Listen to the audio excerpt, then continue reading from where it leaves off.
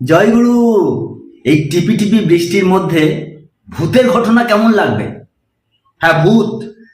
শিশি ঠাকুরের জীবনেও কিন্তু ভূতের ঘটনা প্রচুর আছে। আজকে তার ছোটবেলার কিছু ভূতের ঘটনা নিয়ে আমরা হাজির হয়েছি। আমরা জানবো যে ভূতের ঘটনা রিয়েল নাকি ফেক। আমাদের মনে একটা প্রশ্ন ঘুরে ঘুরে খায় না যে ভূত আছে নাকি নেই? চলুন না শিশি ঠাকুরের রিয়েল লাইফ স্টোরি থেকে আমরা উদ্ধার করি সেই সব ভূতের ঘটনাগুলোকে, যে ঘটনাগুলো সত্যি নাড়িয়ে দেওয়ার মতো, কাঁপিয়ে দেওয়ার মতো। আজ আমরা জেনে নেব শিশি ঠাকুরের লাইফে এই ভৌতিক ঘটনা কিভাবে ঘটেছিল এবং তাতে তার কি অভিজ্ঞতা, তাতে তার কি অনুভব, সেই সমস্ত জিনিসটা আমরা জেনে নেব। এবং এটাই তো আমাদের চলার পাথেয়, তাই দেখতে ভুলবেন না। যদি চ্যানেলটাকে ভালো লাগে সাবস্ক্রাইব করে বেল আইকনটা টিপে দিতে ভুলবেন না, তাহলে আমরা যখনই নতুন ভিডিও পাবলিশ করব আপনার কাছে নোটিফিকেশন পৌঁছে যাবে।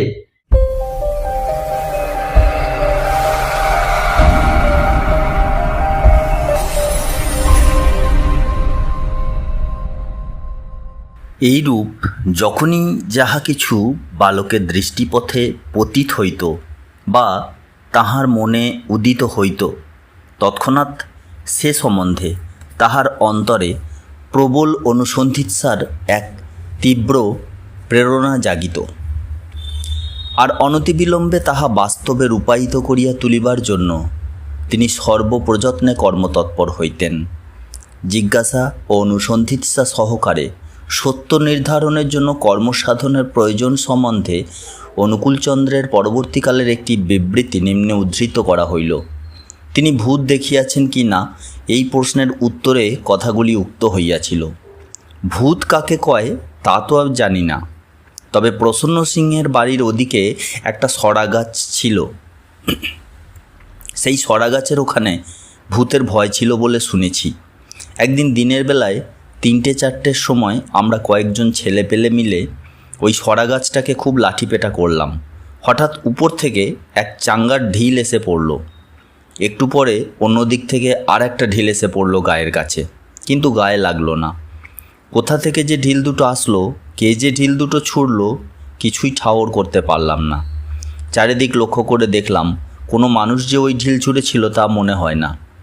তখন আমার মনে হয়েছিল ভূত বলে যদি কিছু থাকে এটা তার কাজ হতে পারে। আরেকদিন সন্ধেবেলায় কেমিক্যালের মাঠে বসে আছি, তখন বাদল বৈরাগীর বাড়িতে খুব ভূতের উৎপাত, সেই সম্বন্ধে কথা হচ্ছে।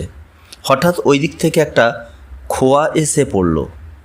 আমাদের জীবনের ফাঁকে ফাঁকে অনেক কাণ্ড ঘটে যায়, সে সবগুলি ঠিকমতো পারসিউ করতে পারি না, অবজার্ভ করতে পারি না, তাই বহু রহস্য আমাদের অনুদ্ঘাটিত রয়ে যায়।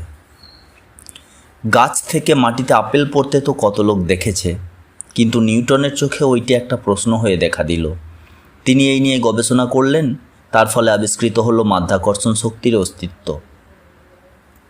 ছোটবেলা হইতেই ইন্দ্রিয়গ্রামের সূক্ষ্ম বোধ শক্তি কেমন সহজভাবে অনুকূলচন্দ্রে সত্তাগ্রথিত হইয়াছিল, তাহারই প্রকৃষ্ট দৃষ্টান্ত দেখিতে পাওয়া যায় তাহার বাল্যকালের কয়েকটি ঘটনায়।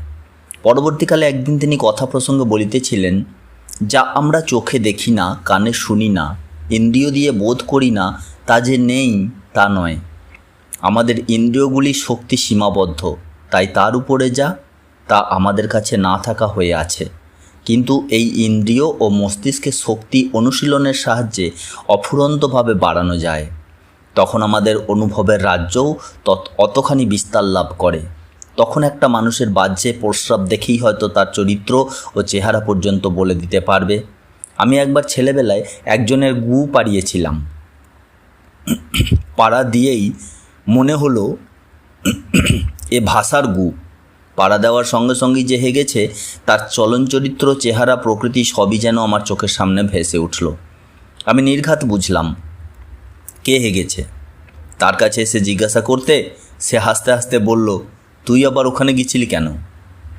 আরেক দিন বলিতেছিলেন, বাবা ঢাকায় আমিরাবাদের কাছারিতে বদলি হলে আমিও সেখান থেকে পড়াশোনা করব বলে তার সঙ্গে গেলাম। আমরা কাছারিতে পৌঁছিলে কর্মচারীরা পূর্ব থেকেই আমাদের জন্য যে বাড়ি ঠিক করে রেখেছিলেন আমাদের সেখানে নিয়ে গেলেন।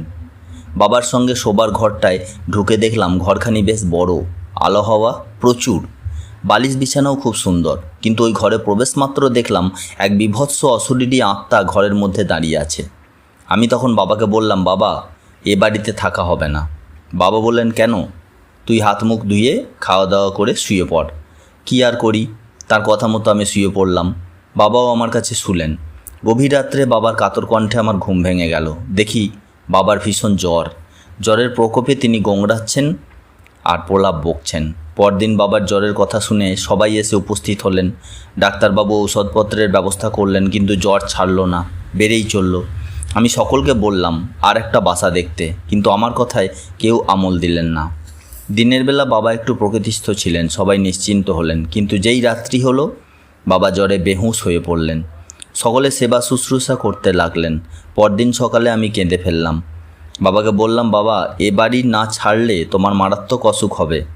ছেলে মানুষের কান্না দেখেই হোক আর আচম্বিতে জ্বর ভোগের দরুনই হোক, বাবা তখন বাসা পরিবর্তনে মত দিলেন। তক্ষুনি আর একটা বাড়ি ঠিক করা হলো। সে বাড়ি অত্যন্ত ছোট ও পুরানো হলেও কি আর হবে, সে বাড়িতেই যাওয়া হলো। সেদিন থেকে বাবার আর জ্বর হলো না। দিন কয়েকের মধ্যেই বেশ সুস্থ হয়ে উঠলেন। অশরীরী আত্মার কথা আর কাউকে বললাম না, বললে হয়তো কেউ বিশ্বাস করতো না। যাক, ফল তো ভালো হলো। অনুকূলচন্দ্রের বাল্যজীবনের বহু ঘটনার তাহার নিপুণ বোধ ও স্বাধীন বিবেচনা শক্তি সূক্ষ্ম পরিচয় পাওয়া যায়। এই সম্বন্ধে নিম্নে কয়েকটি দৃষ্টান্ত উল্লেখ করিতেছি। একদিন অঙ্কের ক্লাসে শিক্ষক মহাশয় বলিতেছিলেন, 1 আর 1 2। শিক্ষক মহাশয়ের এই উক্তি শুনিবা মাত্র বালকের মনে এক গভীর সন্দেহের উদয় হইল। তিনি মনে মনে ভাবিতে লাগিলেন, তাই কি? এ কী রূপে সম্ভব? জগতে যত বস্তুই দেখি সবই তো পরস্পর পৃথক, কোনো একটির সঙ্গে আরেকটির তো পুরোপুরি মিল কোথাও নেই। ঠিক একই রকমের দুটো জিনিস যখন এ দুনিয়ায় কোথাও দেখতে পাওয়া যায় না, সবই যখন পরস্পর অসমান, তখন একের সঙ্গে কেমন করে একের যোগ হয়? সবই যখন পরস্পর অসমান, তখন একের সঙ্গে কেমন করে একের যোগ 2 হবে? সন্দিগ্ধমনা বালক উৎসুক অন্তরে শিক্ষক মহাশয়কে জিজ্ঞাসা করিলেন, স্যার, কোন দুটো জিনিস তো কোথাও একরকম দেখি না, তবে 1 আর 1 2 হলো কী করে? শিক্ষক মহাশয় বালকের প্রশ্নের গূঢ় মর্মার্থ, প্রকৃত তাৎপর্য এবং তাহার সন্দেহ ও সমস্যার যথার্থ গুরুত্ব উপলব্ধি করিবার চেষ্টা করিলেন না। অনুকূলচন্দ্র তাহার এই অতি সহজ সরল কথাটা না বোঝার ভান করিয়া তাহাকে বিদ্রুপ করিবার জন্য অবান্তর কথা বলিতেছেন, এইরূপ মনে করিয়া শিক্ষক মহাশয় বালককে রূঢ় ভাষায় ভর্ৎসনা করত নির্মমভাবে প্রহার করিতে লাগিলেন। উক্ত ঘটনাটি সম্পর্কে অনুকূলচন্দ্র পরবর্তীকালে একদিন কথা প্রসঙ্গে নিজেই বলিতেছিলেন, একবার 1 আর 1 2 হয় কি করে, এই কথা জিজ্ঞাসা করে তো প্রাণ যায় আর কি। মাস্টার মহাশয় ভাবলেন আমি তাকে ঠকাবার জন্য না বোঝার ভান করছি, কিন্তু আমি যে বুঝতেছি না সেটা কেমন করে বোঝাবো? আমার কাছে সমস্যা দাঁড়ালো, কোনো দুটো জিনিস তো একরকম দেখি না। এমন অবস্থায় 1 আর 1 আর দুটো 1 এ বরং বলা যায়, কিন্তু 2 হলো কি, এ কথা বলি কি করে? আমার কথা কে শোনে? মারের পর মার, দোয়ারে মার। আরেকটি ঘটনা, নানা ব্যাপারে বালক লক্ষ্য করিতেন, কোনো একই রূপ আচরণ বা কার্যের ফল সময় বা অবস্থা ভেদে কখনো বা মন্দ হইয়া দাঁড়ায়। সুতরাং স্থান কাল পাত্র বিবেচনায় কোথায় কখন কাহার সহিত কিরূপ ব্যবহার করা উচিত হইবে, তাহা অনেক সময়ই তিনি সঠিক বুঝিয়া উঠিতে সমর্থ হইতেন না। বাস্তব কর্মক্ষেত্রে কর্তব্য নির্ধারণের এই সমস্যা লইয়া বালক একসময় খুবই বিব্রত হইয়া পড়িয়াছিলেন এবং সেই জন্য ভীষণ মানসিক অস্বস্তিতে তাহার দিন কাটিতেছিল।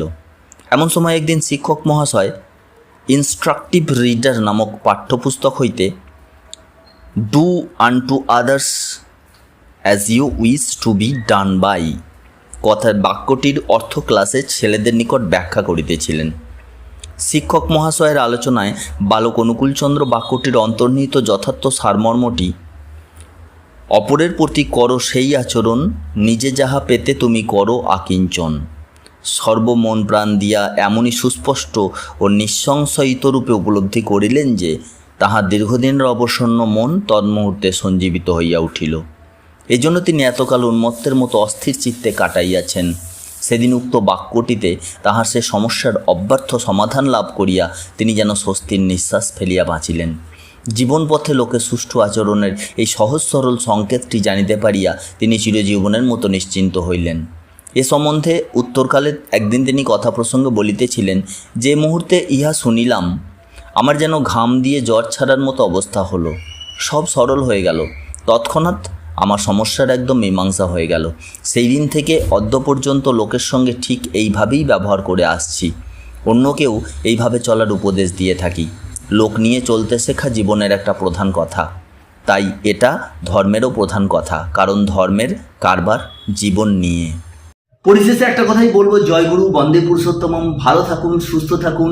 আর যদি আমাদের চ্যানেলটাকে ভালো লাগে তাহলে কিন্তু অবশ্যই সাবস্ক্রাইব করে সঙ্গে রাখুন, বেল আইকনটা টিপে দিন, যাতে আমরা যখনই ভিডিও দেব সেই ভিডিওর নোটিফিকেশন সঙ্গে সঙ্গে আপনার কাছে পৌঁছে যাবে এবং শর্টকাটে আপনি দেখে নিতে পারবেন। আনন্দে থাকুন, সুস্থ থাকুন, রসে থাকুন এবং শ্রী শ্রী ঠাকুরের রবশে মেতে থাকুন। জয়গুরু, বন্দে পুরুষোত্তমম। সকলের সুস্থতা কামনা করি। আবার দেখা হবে পরের ভিডিওতে।